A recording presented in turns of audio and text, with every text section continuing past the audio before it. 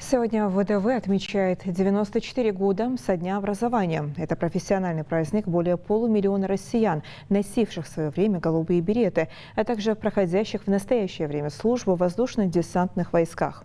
История ВДВ берет свое начало 2 августа 1930 года.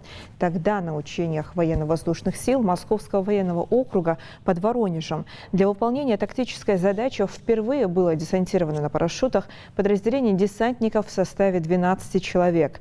Этот эксперимент позволил военным теоретикам увидеть перспективу преимущества парашютно-десантных частей, их огромные возможности.